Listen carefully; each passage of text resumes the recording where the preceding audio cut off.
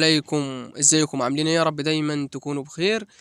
الموعد والقناة الناقلة لمباراة الزمالك والمصري في الكونفدرالية الأفريقية. يحل الفريق الأول لنادي الزمالك اليوم الأحد ضيفا ثقيلا على نظيره المصري البورسعيدي في بطولة كأس الكونفدرالية الأفريقية، وتنطلق مباراة الزمالك وفريق المصري البورسعيدي الأحد في 6 مساء على استاد برج العرب في الجولة الرابعة من دور المجموعات لبطولة الكونفدرالية الأفريقية.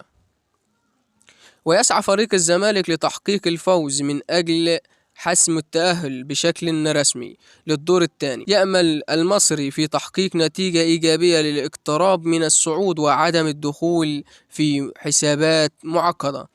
ويحتل نادي الزمالك صدارة المجموعة برصيد 7 نقاط، بينما يأتي فريق المصري في المركز الثاني برصيد 4 نقاط.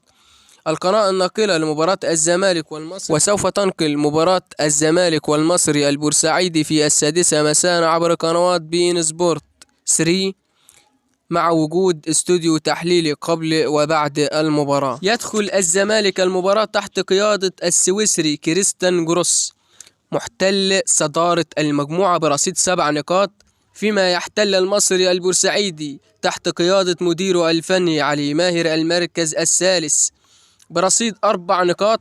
ومن المتوقع أن يخوض الزمالك المباراة بتشكيلة تضم كل من حراسة المرمى محمد عواد، خط الدفاع عمر جابر وعبد المجيد والونش وفتوح، خط الوسط دونجا شحاتة وعبد الله السعيد، في الهجوم زيزو حسام أشرف مصطفى شلبي. ويستعد الفريق الأول لكرة القدم بنادي الزمالك لمواجهة اليوم الأحد أمام فريقه النادي المصري في الكونفدرالية الأفريقية.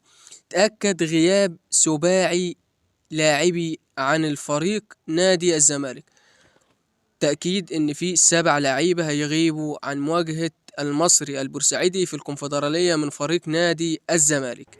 مصطفى الزناري بسبب الإصابة في عضلة الخلفية، محمود بن تايج بسبب الإصابة ما بين مفصل الكتف والترقوة، زياد كمال بسبب الإصابة بألم في الظهر، ناصر ماهر شد في العضلة الخلفية، محمد السيد شد في منشأ العضلة الأمامية، محمد حمدي بسبب الإصابة في الصدر، أحمد حمدي الاستمرار في التأهيل بسبب الإصابة بقطع في الرباط الصليبي.